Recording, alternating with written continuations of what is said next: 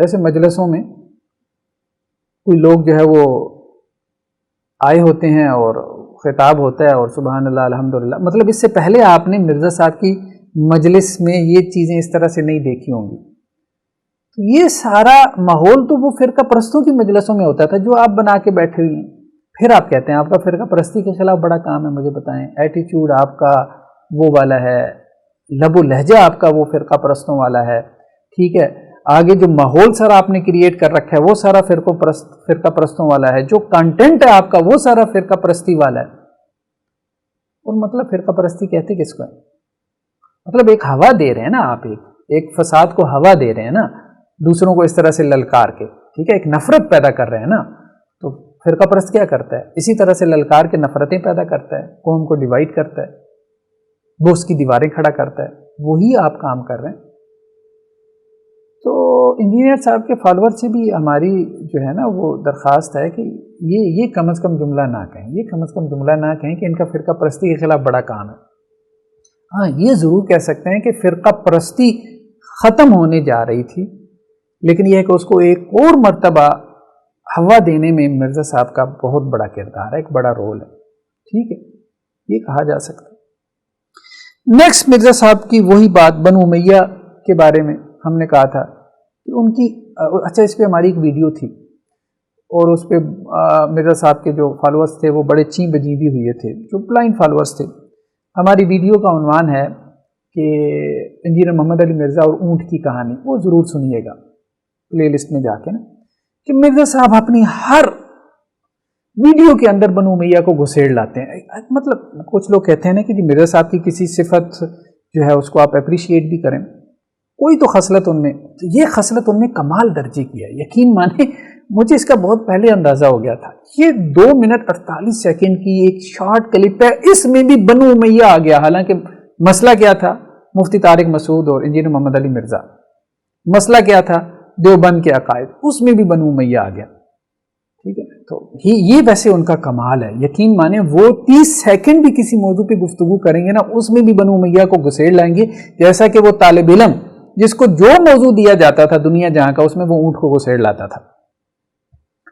تو اب یہ کوئی انداز ہے مطلب کہ جی جہاں بنو امیہ کی جو ہے وہ چلاکیاں ختم ہوتی ہیں وہاں سے میری عقل شروع ہوتی ہے؟ مطلب کیا آپ بنو امیہ سے بھی آپ بڑھ گئے؟ مطلب کیا کہنا چاہ رہے ہیں؟ کیا کہنا کیا چاہ رہے ہیں یہ تو بتائیں نا. کیا بنو امیہ سے بھی آپ جو ہے وہ آگے بڑھ گئے ہیں، 4 قدم آگے 2 ہاتھ آگے ہیں؟ مطلب یہ ایسی ہے جیسے محلے کے کسی شرارتی بچے کا نام لیں اور آپ کہیں میں اس سے بھی 4 ہاتھ آگے ہوں. تو بنو امیہ کا جو آپ نے تصور لوگوں کے سامنے، آپ نے جو تصور لوگوں کے سامنے پیش کیا ہوا ہے، تو اس کے مطابق آپ یہ کیا گفتگو کیا کر رہے ہیں؟ مطلب لگ نہیں رہا کہ آپ اس وقت کوئی سینسز میں ہیں. میرے صاحب کوئی تھوڑا بہت آرام شرام کریں. مطلب لگتا ہے کوئی نیند چین پوری نہیں ہوئی. مطلب کوئی چائے بائے پئیں، تھوڑا سا ریلیکس ہوں، پھر اس کے بعد میرے خیال میں یہ نشست کر لیتے تو زیادہ بہتر ہوتا. اس وقت آپ لگ نہیں رہا کہ جو باتیں کر رہے ہیں نا آپ حواسوں میں ہیں. اس سے لوگوں کو آپ کے بارے میں بہت کچھ کہنے کا موقع ملے گا. آپ کو اندازہ نہیں ہے جس طرح کے جو ہے نا وہ پھر لیجنڈری جوکس جو ہے نا وہ بنیں گے، جیسے آپ کے وہ فالورز نے آپ کی اس ویڈیو کے نیچے کمنٹس میں کہا تھا. تو یہ تو اب لیجنڈری جوکس بنیں گے. تو مرزا صاحب کوئی بات نہیں، مفتی طارق مسعود صاحب کے ساتھ آپ نہیں بیٹھ سکے تو ہمارے ساتھ بیٹھ جائیں. بہت سارے لوگ ہمیں کہہ رہے ہیں یار آپ مرزا صاحب کے ساتھ کیوں نہیں بیٹھتے؟ آپ کے فالوور مرزا صاحب کہہ رہے ہیں کہ حافظ صاحب آپ ان کے ساتھ بیٹھ کیوں نہیں جاتے، بیٹھ کے گفتگو کیوں نہیں کرتے؟ ہم بتا چکے ہیں کہ ہم مرزا صاحب کے پاس گئے تھے لیکن مرزا صاحب جو ہے وہ گفتگو کرنے کو تیار نہیں تھے. ہم تو مانتے ہیں بھائی یہ دونوں شرطیں ماننے کو تیار ہیں کہ اکیلے بھی آ جائیں گے، کیمرہ بھی لے آئیں گے، کوئی ایشو نہیں ہے، جہاں آپ کہیں وہاں پہ آ جائیں گے. اور لیکن یہ ہے کہ اس میں جو موضوع ہوگا وہ موضوع آپ کا کتابچہ ہوگا، واقعہ کربلا کا حقیقی پس منظر، کیونکہ آپ کا اصل موضوع یہی ہے جس کے اوپر آپ نے یہ سارا کھڑاک جو ہے وہ پیدا کیا ہے اور بنو امیہ کی جو گردان آپ نے شروع کی ہے. ہمارا کہنا یہ ہے کہ یہ کتابچہ جسے آپ اپنی دی بیسٹ پروڈکٹ کہتے ہیں، یعنی آپ کی یہ ریسرچ میں سے دی بیسٹ پروڈکٹ ہے آپ کے بقول، اور یہ علماء کے خلاف ہائیڈروجن بم ہے آپ کے بقول، یعنی اتنی بڑی وقت ہے اس کی آپ کی نظر میں. تو ہمارا کہنا یہ ہے کہ آپ کے اس کتابچے میں حدیثوں میں تحریفات کی گئی ہیں، یعنی حدیث کی کتابوں میں جس طرح سے حدیثیں لکھی ہوئی ہیں اس طرح سے آپ نے کتابچے میں درج نہیں کی، آپ نے ان حدیثوں میں کٹنگ کی ہے اپنی مرضی کے مطابق، اور کتمان علم کے آپ جو ہے وہ مستحق قرار پائے ہیں، یعنی آپ نے علم کو چھپایا ہے، نہ صرف چھپایا ہے بلکہ علم میں آپ نے تحریف کی ہے، وہی جو آپ کے کتابچے میں شروع میں ایک آیت اور حدیث دی گئی ہے نا کہ جو لوگ جو ہے وہ علم کو چھپا لیتے ہیں تو ان کے لیے بہت سخت وعید ہے۔ تو ہمارا دعویٰ یہ ہے کہ یہی کام آپ نے کیا ہے اپنے اس کتابچے میں، کہ جس کا ٹائٹل ہی یہی تھا کہ علم کو چھپانے والے جو ہے وہ اللہ کے ہاں بہت بڑے مجرم ہیں، اور آپ نے حدیثوں کو چھپایا ہے۔ حدیثوں کو نہ صرف آپ نے چھپایا ہے بلکہ جو اس موضوع سے متعلق حدیثیں تھیں وہ آپ نے چھپا بھی لیں، بیان نہیں کی، اور دوسری بات یہ کہ جو بیان کی وہ بھی آپ نے ان میں ڈنڈی ماری ہے۔ تو یہ ہمارا موضوع ہے، اس پہ آپ بیٹھ جائیں، تو جہاں کہتے ہیں بیٹھ جائیں، اکیلے ہم آ جائیں گے لیکن کیمرے کے ساتھ آئیں گے، ریکارڈنگ ضرور کریں گے، اور لائیو چل جائے تو بہت ہی اچھا ہے، بہت ہی اچھا ہے۔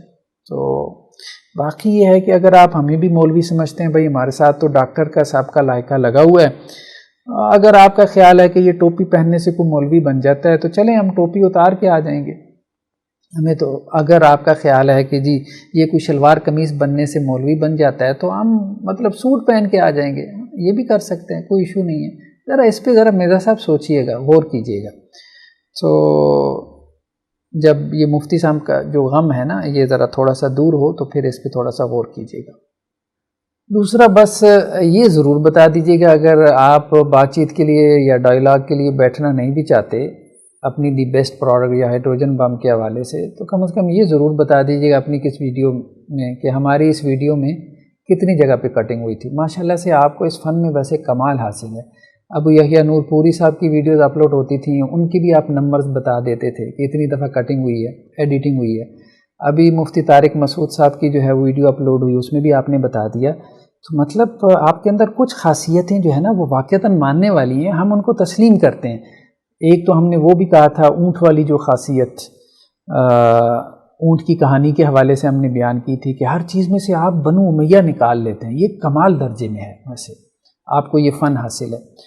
اور دوسرا یہ بھی کہ آپ ویڈیو دیکھ کے مطلب بالکل بتا دیتے ہیں یہ انگلیوں پہ گن کے کہ جی کتنی مرتبہ جو ہے وہ اس کی ویڈیو میں ایڈیٹنگ ہوئی ہے۔ کمال ہے، بہرحال بہت اچھی بات ہے، بہت اچھی بات ہے اگر آپ اس میں سے میڈیا ٹیم سے جو ہے وہ مدد نہیں لیتے۔ ماشاءاللہ سے یہ آپ کی ایسی صلاحیتیں ہیں جن کو ہم تسلیم کرتے ہیں، لیکن جہاں تک دین کا معاملہ ہے ظاہری بات ہے وہ آپ کا موضوع نہیں ہے، وہ آپ کا سبجیکٹ نہیں ہے، اس گلی سے آپ کبھی گزرے نہیں ہیں، تو بہرحال اس حوالے سے ہمیں جو ہے نا وہ کافی سارے تحفظات ہیں، یہ والی صلاحیتیں ہم آپ کی ماننے کو تیار ہیں۔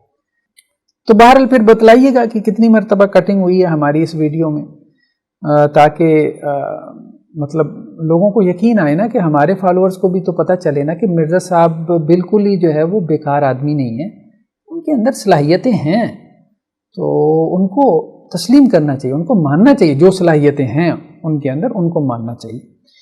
جزاکم اللہ خیر، والسلام علیکم ورحمۃ اللہ وبرکاتہ۔